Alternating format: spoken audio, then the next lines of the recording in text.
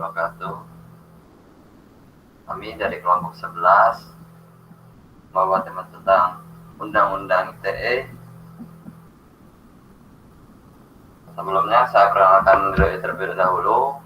Saya sendiri Rafiq Umar Suara, NIM 19.18374. Adapun anggota saya yang pertama Rio Pratama 19.000 dengan NIM 19.18413. Yang kedua Diki Zainul Mutakin dengan NIM 19.18378. Masuk ke pembahasan. Yang pertama, apa itu UU ITE? Undang-Undang Informasi dan Transaksi Elektronik merupakan undang-undang yang mengatur tentang informasi elektronik dan transaksi elektronik.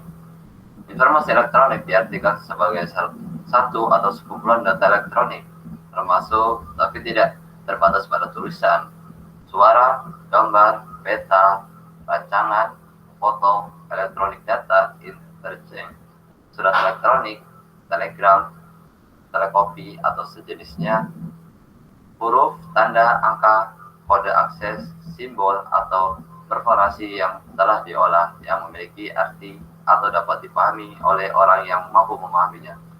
Sedangkan transaksi elektronik adalah perbuatan hukum yang dilakukan dengan menggunakan komputer, jaringan komputer, dan atau media elektronik lainnya. Oke. Berikutnya akan dibacakan oleh Saudara Rio Pratama. Kepada Saudara Rio Pratama.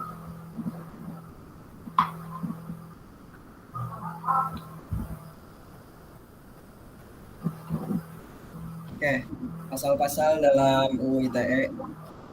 Berdasarkan laporan dari Institute for Criminal Justice Reform, terdapat problematika pada pasal 27 ayat 3, pasal 45 ayat 1 UU ITE, karena sejumlah istilah dalam pasal tersebut seperti mendistribusikan dan transmisi merupakan istilah teknis yang dalam praktiknya tidak sama di dunia teknologi informasi dan di dunia nyata.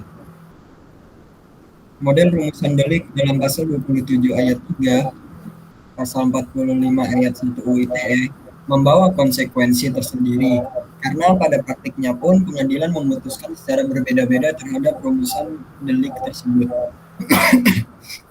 Berdasarkan paparan dari Gates Asia Freedom of Expression Network, beberapa persoalan terhadap UU ITE adalah pasal 27 hingga pasal 29 ITE dalam bab kejahatan cyber, dan juga pasal 26, pasal 40, dan pasal 45.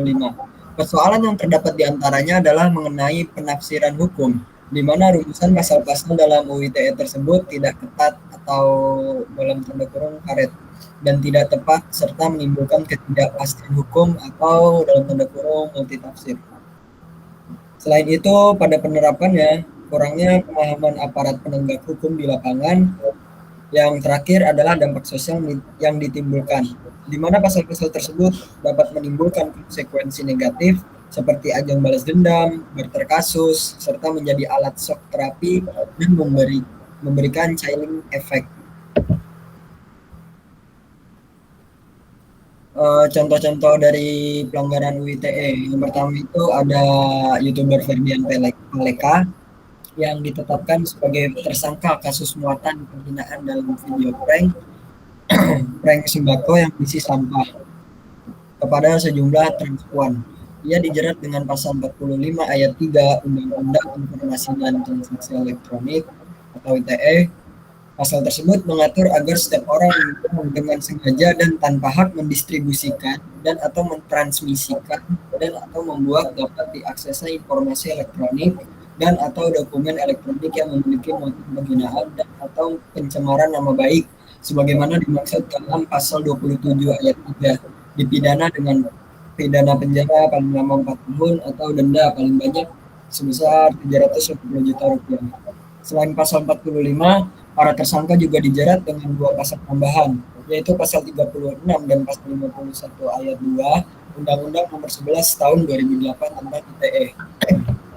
Pasal 36 UU ITE berbunyi, setiap orang yang dengan sengaja dan tanpa hak atau melawan hukum melakukan perbuatan sebagaimana dimaksud dalam pasal 27 sampai dengan pasal 34 yang mengakibatkan kerugian bagi orang lain.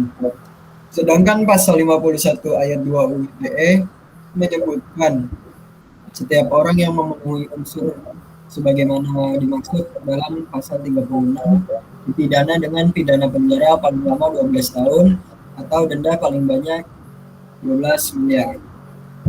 Baik, selanjutnya kepada saudara Diki Mutakin. Baik, silakan. Contoh kasus dari pelanggaran UU ITE.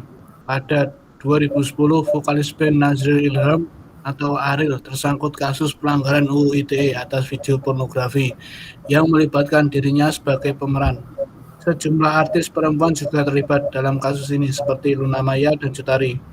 Kepolisian tidak hanya menjerat Ariel dengan pasal 27 ayat 1 Undang-Undang Nomor 11 Tahun 2008 tentang Informasi Transaksi Elektronik atau ITE dan KUHP, tetapi juga Undang-Undang Nomor 44 Tahun 2008 tentang pornografi.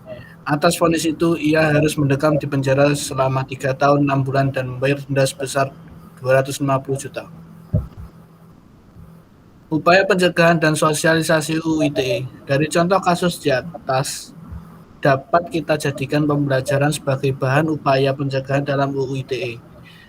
Pertama, pentingnya pendidikan moral dalam sikap dan tutur kata karena tidak semua orang mengerti apa yang kita maksud. Yang kedua, menghindari bicara yang berkaitan dengan sara. Yang ketiga, bijaklah dalam menggunakan sosial media. Baik, di slide terakhir ini merupakan sumber referensi yang kita ambil. Mungkin cukup sekian presentasi dari kelompok 11. Kurang lebihnya mohon maaf. Wabillahi taufiq. Wassalamualaikum warahmatullahi wabarakatuh.